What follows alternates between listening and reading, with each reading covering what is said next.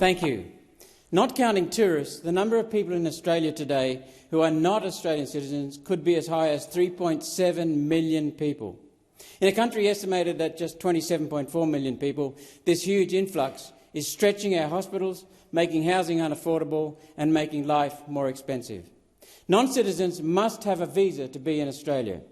These are split into two categories: permanent residency visas and temporary visa holders.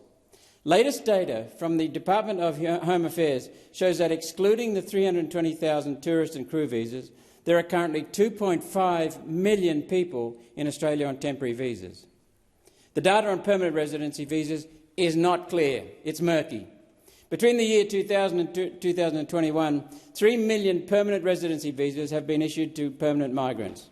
In 2023, it was estimated 59% of those 3 million permanent visas have become Australian citizens.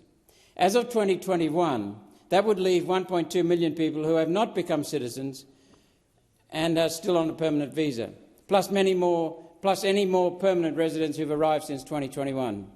Adding that best estimate of permanent visa holders to the 2.5 million people on temporary visa holders, we get 3.7 million people potentially in the country on visas. So what's the real number? How many people are currently in Australia on a permanent visa? And why won't the government tell Australians? Is it just too embarrassing for the government to admit how many people in Australia aren't Australian citizens after they promised to reduce immigration?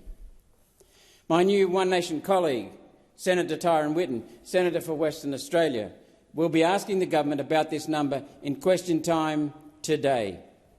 In the middle of a housing crisis, the government better know how many additional people it's letting into our country, undermining our standard of living and way of life. Thank you, Senator.